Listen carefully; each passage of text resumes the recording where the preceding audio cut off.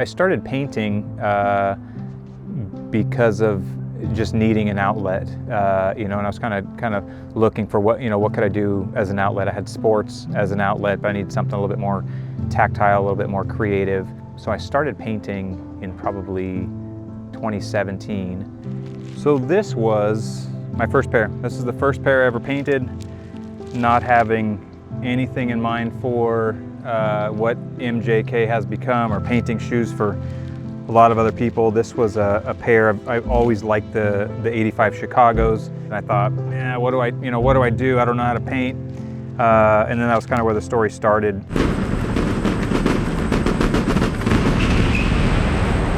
My name is Michael J. Adams. Michael J. Kicks is the brand. I own an insurance consulting firm, and the last 9-10 years I've been painting shoes as just a fun outlet, a hobby, something to get through some of the emotional side of things. My mom was diagnosed with dementia, and it grew on me and just became more and more of a need and more of a kind of an artistic and creative outlet, and just kind of went from there. So MJK has been around as a company, I think, about 7 years, but I've been painting about 9, and I've been in the insurance business for 24. One of the psychiatrists was working with us when my mom had dementia, and we were going through quite a lot with her, so we got really involved with that. As he said, hey, have an artistic outlet. Do you paint? And I thought, no, I don't paint. And so I started watching some Vic Almighty YouTube videos and taught myself how to paint. So this is literally the first pair I've ever painted, and they sit on a display in my office. But yeah, this is kind of where it all started. This was for me, still for me, still mine. But these were solid white, other than this part was red, and they're actually like a plastic color, or a plastic material. So I had to sand those and prep those. So I probably spent 2 or 3 times the amount of time that it took just to make them perfect. And it wasn't really about finishing the pair. It wasn't really about having a perfect pair of shoes. It wasn't about anybody else. It was about the therapy of picking up a paintbrush and doing something physical and doing something creative and having an outlet. And it gave me a lot of time to kind of think and reflect about my mom and health and life and things like that. It really kind of just started the passion for wanting to paint. And I almost didn't want to finish these, and once I did, I thought, man, I need to do another pair. So yeah, over 500 pairs later, and another 50, 60 pairs of boots. This is kind of what started it all. It's kind of cool. I haven't worn them in at least 5-6 years, but it's kind of cool to see them. I haven't really checked them out in quite a while, but kind of a cool opportunity to reflect on where things started. Some of my favorite paint schemes either has to do with something I haven't done before, something I haven't seen done before, or who they're for.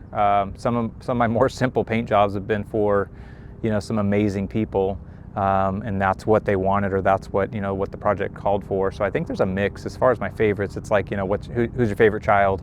I think they all share a piece of my time. There isn't a pair of shoes that I worked on for less than a couple of hours, but most of them are in that 10 to 15 hour range. Some of the boots are 18, 20 something. The Miami pair was 24, 26 hours, something like that. So I think the time investment in each pair, as much as I didn't think I had time for it, you geek out and you have, I just had some ambition to make things a certain way and to add certain details and do certain things. So because of that, I would say I've spent significant time with each pair, and there's a lot of thinking time, a lot of downtime, a lot of just going over things in my head. So as much as it's very therapeutic, I feel like each pair has its own specific kind of meaning.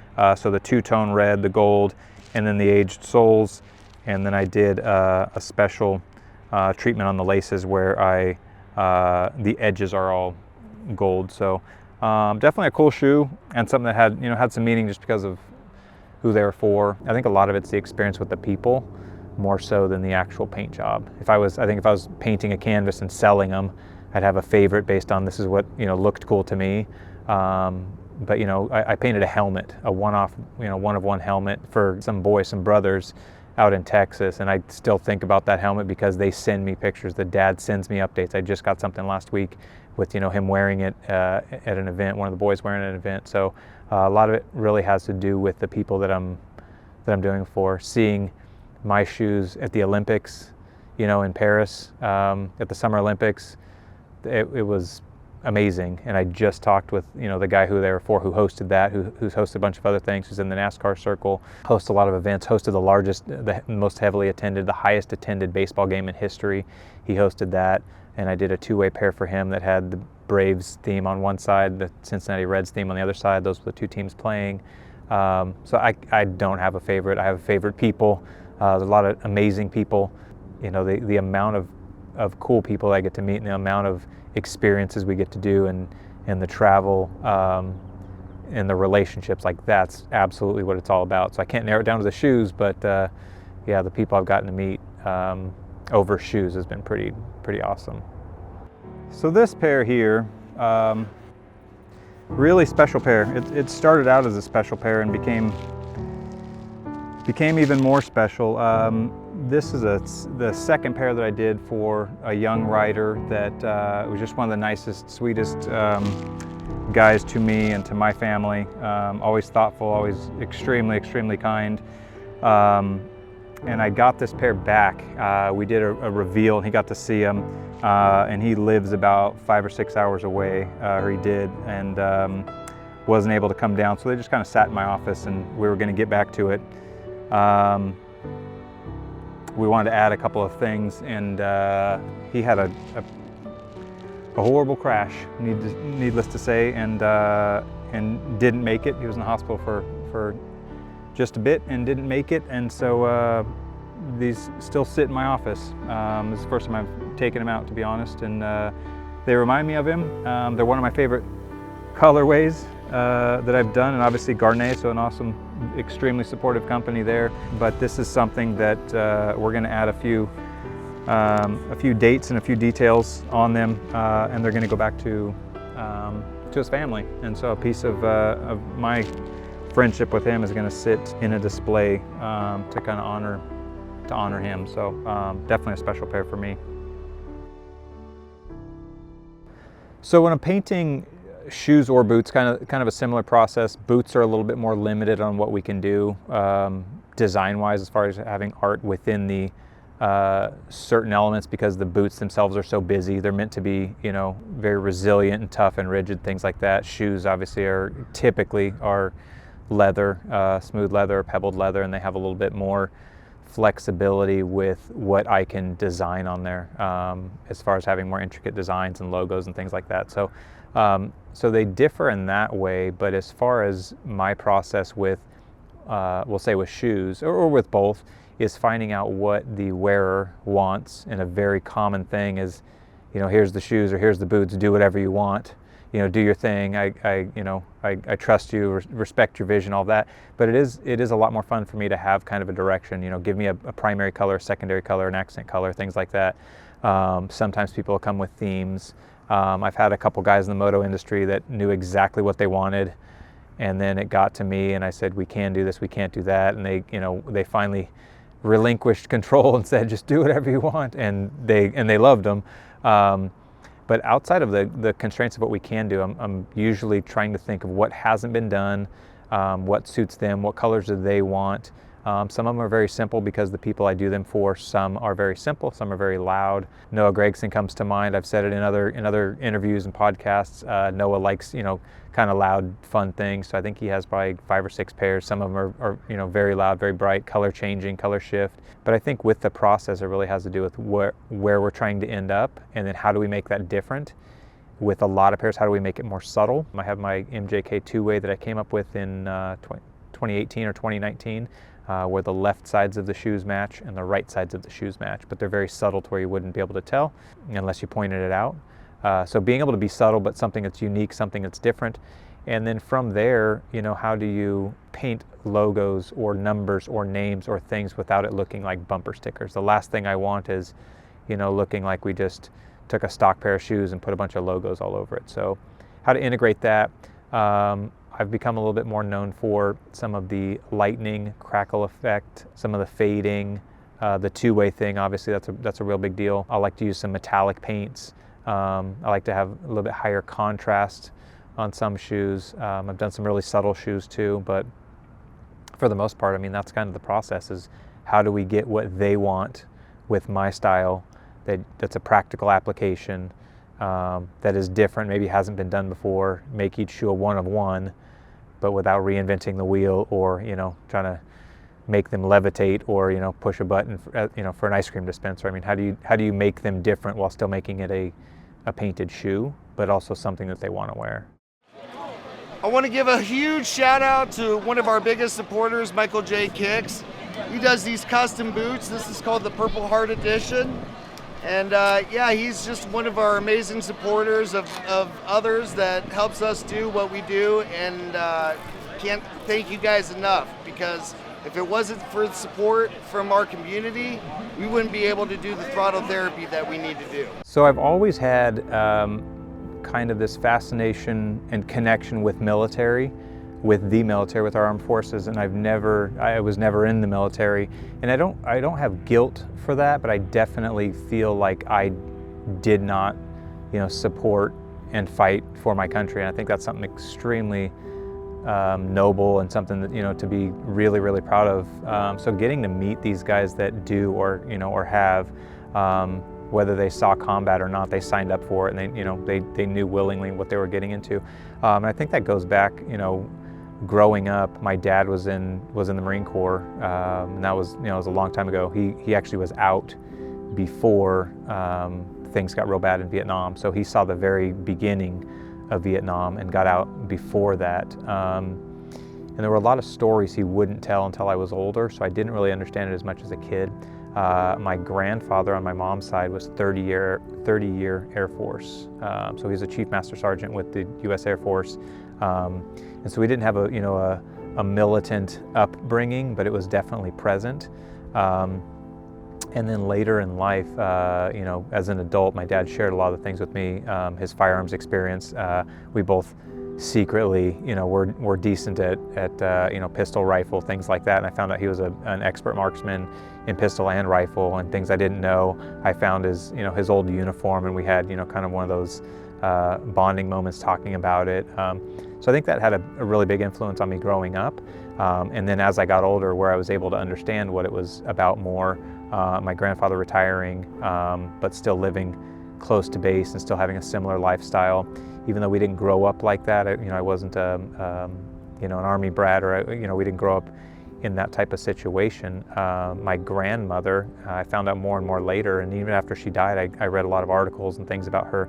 My grandmother was in the USO for 18 years, and she flew all over the world, wherever there were conflicts. She toured with Bob Hope and a ton of other people in the original USO. She was one of the original vaudeville dancers, and there were hundreds and hundreds of write-ups on her, hundreds of photos. I have a whole scrapbook full of tons of black and white photos where it's my grandma and 50 servicemen, and other dancers and people within her company. But it was just I was surrounded by it. When my parents got divorced, my mom remarried, and he was in the Navy for quite a few years. I think 8 years in the Navy, and he had his kind of his story and all of that. And so I was just always thankful and always surrounded by that. And then my wife's grandpa, amazing man. Her grandfather was in the Navy as well, and was blown up on a destroyer, and lived and received a Purple Heart. So I feel like everybody was in the military except for me. So like I said, I don't feel guilty, or I don't feel an obligation that I should or shouldn't have served, but to be able to honor and work with the people that have. I mean, that's obviously the least I can do, while I was sitting on my couch at home, or having fun here while they were fighting for us out there. And then when I met some of the guys from Veteran MX, I was tagged quite a few times on Instagram. You should do this, you should do that. Chance Cleary or Dirt Edge reached out for a boot, and when I was able to do that project, I made a phone call, I think an email or phone call to Fox and said, hey, this guy, has one leg and wants one boot. Let's make this thing happen. I need a black one this size, and that thing was there in 2 days. So Fox, had my back 100%. We had already done, kind of had talked about some projects in the past. So they sent that out right away. OGO stepped in and sent a camouflage backpack. The local Army Recruiting Center said, tell us what you need. They had a very high-ranking officer come in and do kind of a presentation. They sent a few things that I put in the backpack that went to him. Had a film crew out in North Carolina where Dirt Edge lives, sent it out there. They did like a mini documentary on it. One of my very good friends was able to do, who's a NASCAR driver, prior champ, and did the reveal and just the thank you to him for me. It was just kind of an epic experience, and that kind of got me more into, maybe there's more we can do with these, with soldiers and with military, current and, retired, veterans of all ages and all backgrounds and all stories. And so I started digging into that a little bit more, and I've been able to take quite a few guys to, 2 races or 2 events, veterans, and kind of host them, which is really rewarding. Maybe it's selfish, but that's rewarding for me to be able to host a veteran.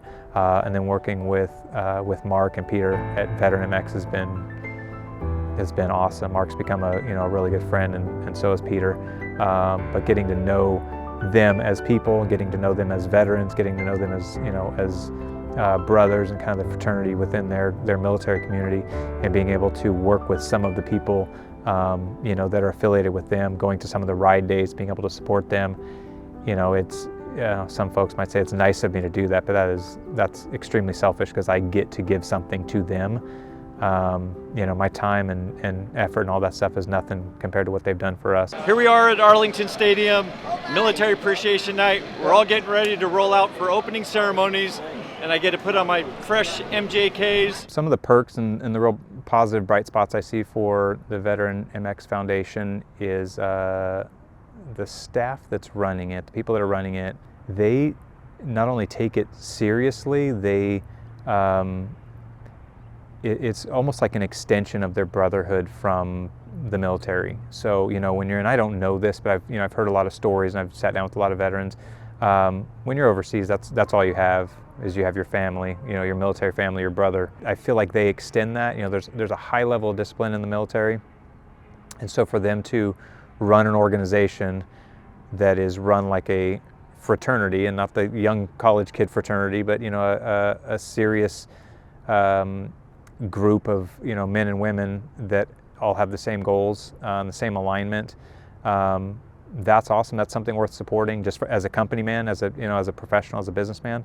But the fact that they all have a cause, and multiple causes, but I think that one of the main causes to be able to provide a safe space for, whether it's wounded warriors, whether it's current military, that in itself, to be able to provide an outlet mentally and emotionally for brothers and sisters, with that channel, I think is amazing. I think there should be a lot more of this in other industries. I'm sure there is, and I'm probably just not aware of what all is out there, but moto is a huge community, and it's a very tight community.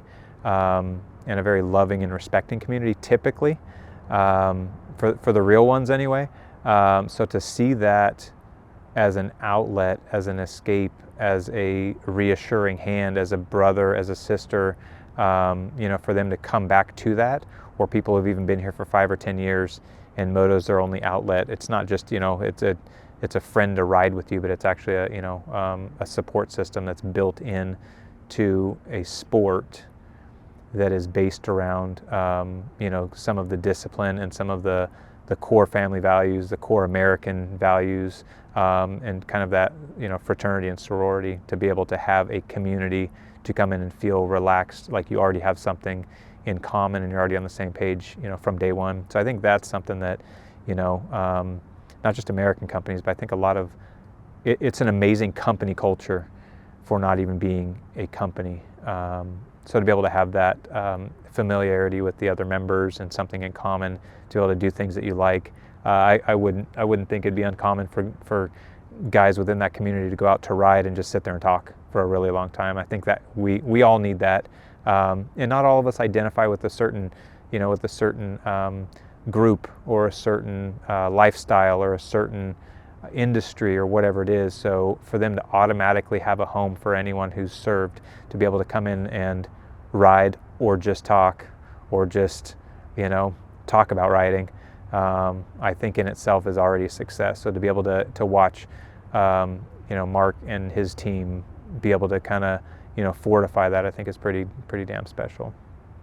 So I would say, you know, as far as people coming into, you know, the foundation, I think that the target is everybody. You know, if there's somebody who has nothing to offer, this is exactly for them. This is exactly what they need.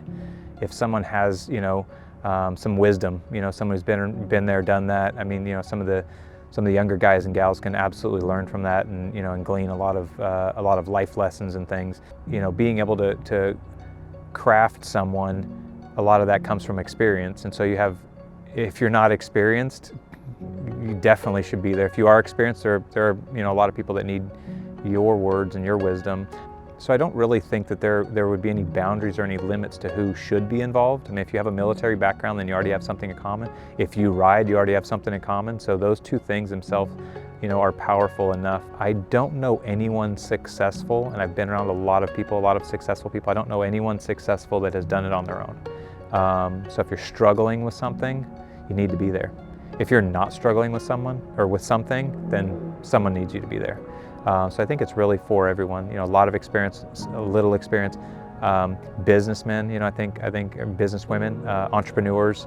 I think everybody's fit really to be in that community. You know, there are different versions and different variants of, you know, of risk tolerance as well. Some people don't want to get hurt, ride differently, and come join the group. Some people are gung ho and go crazy, like you know, like Chance Cleary out there. You know, you need those too. So I think I don't really think that there are any limitations for who shouldn't be, you know, part of the Veteran MX Foundation. I think it's a really big catch-all for people that have military and moto, you know, on their resume.